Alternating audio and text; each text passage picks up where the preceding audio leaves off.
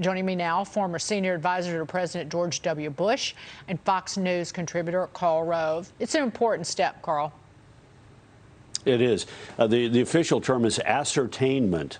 The GSA administrator ascertains that the probable president-elect is Joe Biden, and that all the resources available to the next president are therefore at his disposal. I'm just annoyed, though, by people on the left who are like, Trump's destroying our republic. Oh, my God, he's a dictator. And then when he makes this decision, their reaction is, kind of paraphrasing Greg Gutfeld, nah, nah, nah, nah, nah.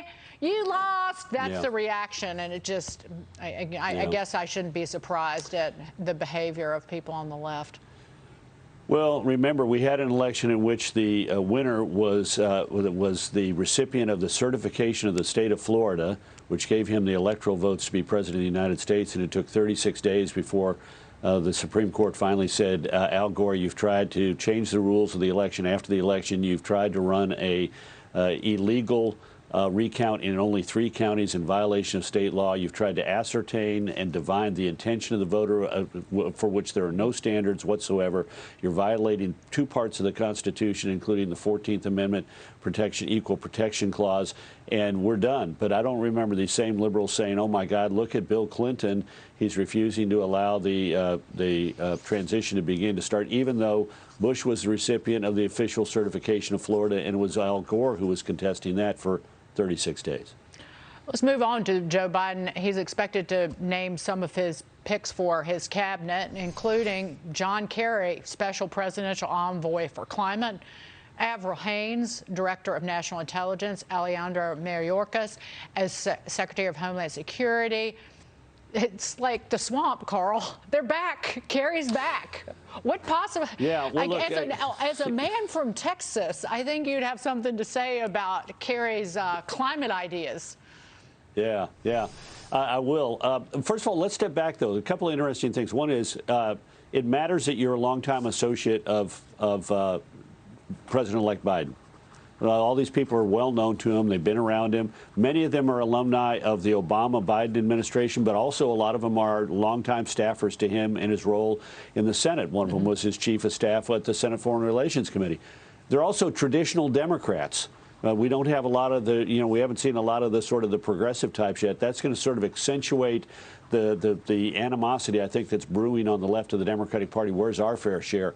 But the interesting thing is, to me, there are 2 really interesting things. One is we really don't know a lot about, put Kerry aside for a minute, I'll come back to him, but we don't know a lot about what the policies are that they're going to be executing, because the Biden campaign was more about, I'm not Donald Trump and I will be normal, and you'll be able to stand me for 4 years. And it wasn't a lot about, here's my agenda, and I'm going to go out and for 5 or 6 or 7 months leading to the election, I'm going to defend that agenda. I'm going to be interviewed by national figures in the press about it. There's going to be a debate about whether we ought to go this way or that way. No, it was, I'm not Trump. So there's not a lot of content. The interesting, really, and also remember, the foreign policy types, these are the people who've been around him for a long time when he's made very bad decisions. Remember, he is in the cabinet, in the Situation Room saying, let's not take down Osama bin Laden. So the foreign policy types are part and parcel of, be nice to find out, were they recommending that course of action to him, oppose taking out bin Laden? Remember Bob Gates' great remark that Joe Biden's been wrong on every foreign policy issue that he's ever made a decision on in his life. This is the people who've been surrounding him. But the interesting thing to me about Kerry, returning to Mr. Kerry, let's say clearly I disagree with a lot of his views on demolishing oil and gas and so forth. But are people like Kerry going to be able to grapple with the fact that the world has changed dramatically in the last 4 to 8 years? China. I mean, China, with the Paris Climate Accord, China and India, the biggest emitters in the world, they're developing countries. They don't have to start doing anything for a decade or 2. China itself China is a far more aggressive power starting in 2012 than it was when Biden comes in as vice president in 2009. Are the people around him going to be able to adjust to that? Iran, are you going to try, really? Humpty Dumpty is going to try and put the Iranian nuclear deal back together? That ain't possible.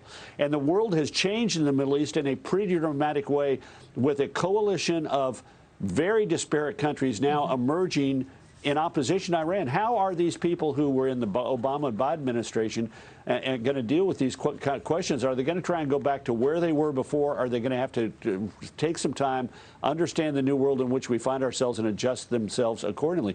And Kerry's going to be one of the first. Rejoin the climate agreement? Maybe so. But are we going to let China and India emit? Right. Is he going to genuflect in front of China that unleashed a virus on the world that killed more than 250,000 Americans alone? How's that going to look?